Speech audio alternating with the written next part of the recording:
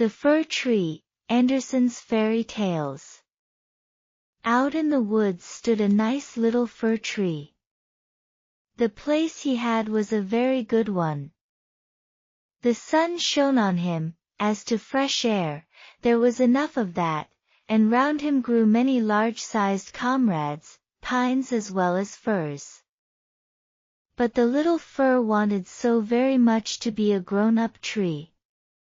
He did not think of the warm sun and of the fresh air.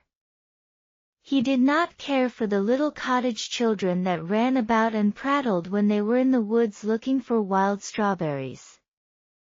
The children often came with a whole pitcher full of berries, or a long row of them threaded on a straw, and sat down near the young tree and said, "Oh, how pretty he is! What a nice little fir!" But this was what the tree could not bear to hear. At the end of a year he had shot up a good deal, and after another year he was another long bit taller, for with fir trees one can always tell by the shoots how many years old they are. "Oh, were I but such a high tree as the others are," sighed he. "Then I should be able to spread out my branches, and with the tops to look into the wide world. Then would the birds build nests among my branches. And when there was a breeze, I could bend with as much stateliness as the others." Neither the sunbeams, nor the birds, nor the red clouds which morning and evening sailed above him, gave the little tree any pleasure. In winter, when the snow lay glittering on the ground, a hare would often come leaping along, and jump right over the little tree. Oh, that made him so angry. But 2 winters were past, and in the third the tree was so large that the hare was obliged to go round it. "To grow and grow, to get older and be tall," thought the tree. "That, after all, is the most delightful thing in the world." In autumn the woodcutters always came and felled some of the largest trees. This happened every year. And the young fir tree, that had now grown to a very comely size, trembled at the sight. For the magnificent great trees fell to the earth with noise and cracking, the branches were lopped off, and the trees looked long and bare, they were hardly to be recognized. And then they were laid in carts, and the horses dragged them out of the wood. Where did they go to? What became of them? In spring, when the swallows and the storks came, the tree asked them, "Don't you know where they have been taken? Have you not met them anywhere?" The swallows did not know anything about it, but the stork looked musing, nodded his head, and said, "Yes, I think I know. I met many ships as I was flying hither from Egypt. On the ships were magnificent masts, and I venture to assert that it was they that smelt so of fir. I may congratulate you, for they lifted themselves on high most majestically. Oh, were I but old enough to fly across the sea! But how does the sea look in reality? What is it like? That would take a long time to explain," said the stork, and with these words off he went. "Rejoice in thy growth," said the sunbeams. "Rejoice in thy vigorous growth, and in the fresh life that moveth within thee." And the wind kissed the tree, and the dew wept tears over him. But the fir understood it not. When Christmas came, quite young trees were cut down. Trees which often were not even as large or of the same age as this fir tree, who could never rest, but always wanted to be off. These young trees, and they were always the finest looking, retained their branches. They were laid on carts, and the horses drew them out of the wood. Where are they going to? Asked the fir. They are not taller than I. There was one indeed that was considerably shorter, and why do they retain all their branches? Whither are they taken? We know. We know. Chirped the sparrows. We have peeped in at the windows in the town below. We know whither they are taken. The greatest splendor and the greatest magnificence one can imagine await them. We peeped through the windows, and saw them planted in the middle of the warm room and ornamented with the most splendid things, with gilded apples, with gingerbread, with toys, and many hundred lights. And then? Asked the fir tree, trembling in every bough. And then? What happens then? We did not see anything more. It was incomparably beautiful. I would fain know if I am destined for so glorious a career. Cried the tree, rejoicing.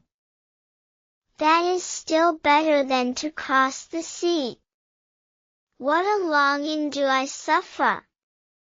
Were Christmas but come! I am now tall, and my branches spread like the others that were carried off last year. Oh! Were I but already on the cart!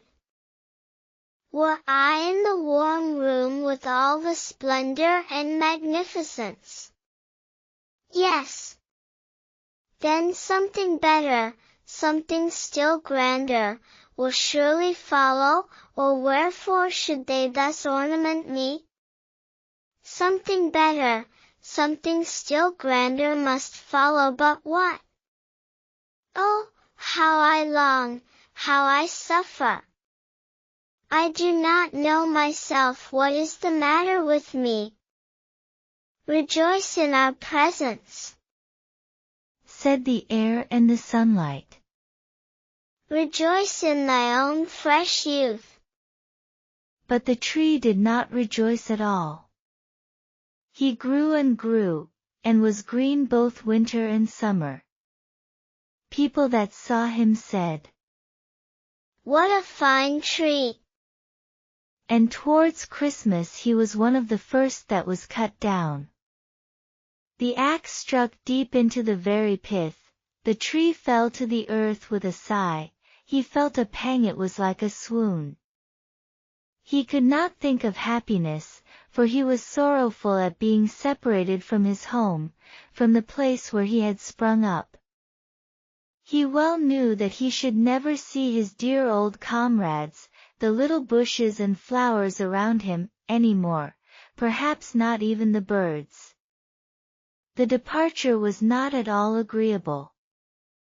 The tree only came to himself when he was unloaded in a courtyard with the other trees, and heard a man say, That one is splendid. We don't want the others. Then 2 servants came in rich livery and carried the fir tree into a large and splendid drawing room. Portraits were hanging on the walls, and near the white porcelain stove stood 2 large Chinese vases with lions on the covers. There, too, were large easy chairs, silken sofas, large tables full of picture books and full of toys, worth hundreds and hundreds of crowns, at least the children said so. And the fir tree was stuck upright in a cask that was filled with sand, but no one could see that it was a cask, for green cloth was hung all round it, and it stood on a large gaily colored carpet. Oh! How the tree quivered! What was to happen? The servants, as well as the young ladies, decorated it.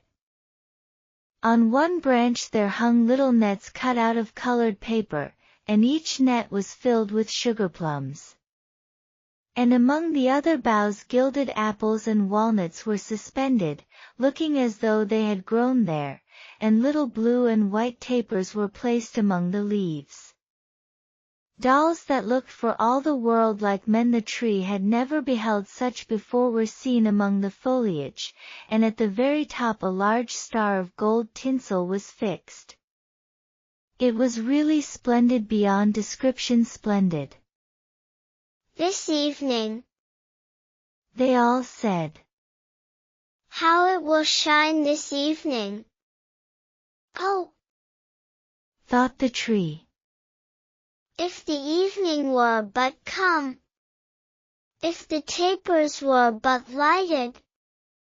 And then I wonder what will happen. Perhaps the other trees from the forest will come to look at me. Perhaps the sparrows will beat against the window panes.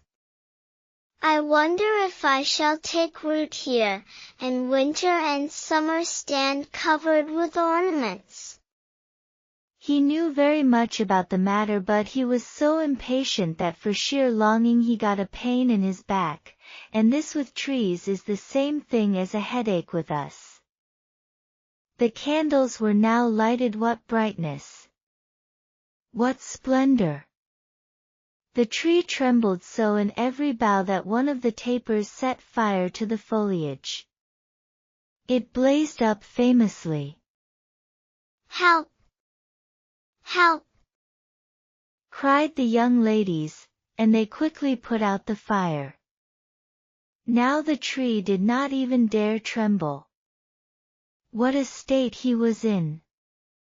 He was so uneasy lest he should lose something of his splendor, that he was quite bewildered amidst the glare and brightness.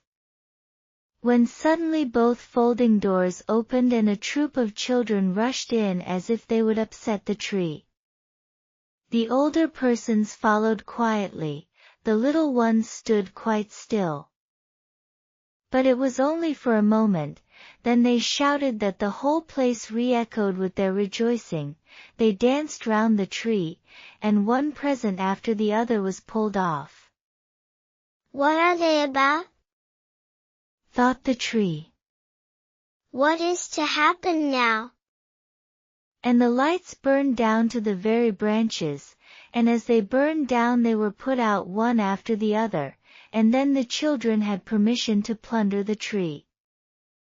So they fell upon it with such violence that all its branches cracked. If it had not been fixed firmly in the ground, it would certainly have tumbled down. The children danced about with their beautiful playthings. No one looked at the tree except the old nurse, who peeped between the branches. But it was only to see if there was a fig or an apple left that had been forgotten. A story! A story! Cried the children, drawing a little fat man towards the tree. He seated himself under it and said, Now we are in the shade, and the tree can listen too. But I shall tell only one story. Now which will you have? That about Ivedy Avedy, or about Humpy Dumpy, who tumbled downstairs, and yet after all came to the throne and married the princess? Ivedy Avedy, cried some. Humpy Dumpy, cried the others. There was such a bawling and screaming the fir tree alone was silent, and he thought to himself, Am I not to bawl with the rest? Am I to do nothing whatever? For he was one of the company, and had done what he had to do. And the man told about Humpty Dumpty that tumbled down, who notwithstanding came to the throne, and at last married the princess. And the children clapped their hands, and cried, "Oh, go on! Do go on!" They wanted to hear about Ivdy too, but the little man only told them about Humpty Dumpty. The fir tree stood quite still and absorbed in thought. The birds in the wood had never related the like of this. Humpty Dumpty fell downstairs, and yet he married the princess. Yes, yes.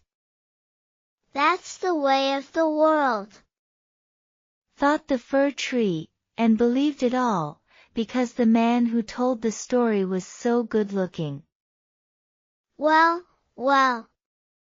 Who knows, perhaps I may fall downstairs, too, and get a princess as wife. And he looked forward with joy to the morrow, when he hoped to be decked out again with lights, playthings, fruits, and tinsel. I won't tremble tomorrow, thought the fir tree. I will enjoy to the full all my splendor.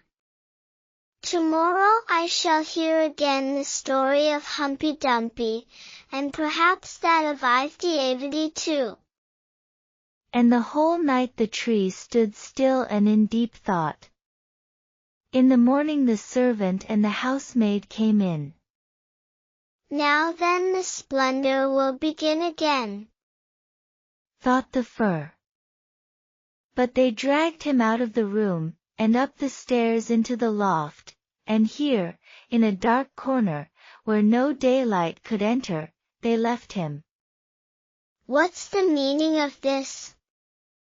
thought the tree. What am I to do here? What shall I hear now, I wonder? And he leaned against the wall lost in reverie. Time enough had he too for his reflections, for days and nights passed on, and nobody came up. And when at last somebody did come, it was only to put some great trunks in a corner, out of the way. There stood the tree quite hidden. It seemed as if he had been entirely forgotten. 'Tis now winter out of doors, thought the tree. The earth is hard and covered with snow, men cannot plant me now, and therefore I have been put up here under shelter till the springtime comes. How thoughtful that is! How kind man is, after all! If it only were not so dark here, and so terribly lonely! Not even a hare. And out in the woods it was so pleasant, when the snow was on the ground, and the hare leaped by, yes, even when he jumped over me, but I did not like it then. It is really terribly lonely here. Squeak! Squeak! said a little mouse, at the same moment, peeping out of his hole. And then another little one came. They snuffed about the fir tree, and rustled among the branches. It is dreadfully cold, said the mouse. But for that, it would be delightful here, old fir, wouldn't it? I am by no means old, said the fir tree. There's many a one considerably older than I am. Where do you come from? asked the mice. And what can you do? They were so extremely curious. Tell us about the most beautiful spot on the earth. Have you never been there? Were you never in the larder, where cheeses lie on the shelves, and hams hang from above, where one dances about on tallow candles? That place where one enters lean, and comes out again fat and portly? I know no such place, said the tree. But I know the wood, where the sun shines and where the little birds sing. And then he told all about his youth, and the little mice had never heard the like before. And they listened and said, Well, to be sure. How much you have seen! How happy you must have been! I, said the fir tree, thinking over what he had himself related. Yes, in reality those were happy times. And then he told about Christmas Eve, when he was decked out with cakes and candles. Oh, said the little mice. How fortunate you have been, old fir tree! I am by no means old, said he. I came from the wood this winter. I am in my prime, and am only rather short for my age. What delightful stories you know, said the mice. And the next night they came with 4 other little mice, who were to hear what the tree recounted, and the more he related, the more he remembered himself. And it appeared as if those times had really been happy times. But they may still come, they may still come. Humpy Dumpy fell downstairs, and yet he got a princess. And he thought at the moment of a nice little birch tree growing out in the woods. To the fir, that would be a real charming princess. Who is Humpy Dumpy? asked the mice. So then the fir tree told the whole fairy tale, for he could remember every single word of it, and the little mice jumped for joy up to the very top of the tree. Next night 2 more mice came, and on Sunday 2 rats even, but they said the stories were not interesting, which vexed the little mice. And they, too, now began to think them not so very amusing either. Do you know only one story? asked the rats. Only that one, answered the tree. I heard it on my happiest evening, but I did not then know how happy I was. It is a very stupid story. Don't you know one about bacon and tallow candles? Can't you tell any louder stories? No, said the tree. Then goodbye, said the rats, and they went home. At last the little mice stayed away also, and the tree sighed. After all, it was very pleasant when the sleek little mice sat round me, and listened to what I told them. Now that too is over. But I will take good care to enjoy myself when I am brought out again. But when was that to be? Why, one morning there came a quantity of people and set to work in the loft. The trunks were moved, the tree was pulled out and thrown rather hard, it is true down on the floor, but a man drew him towards the stairs, where the daylight shone.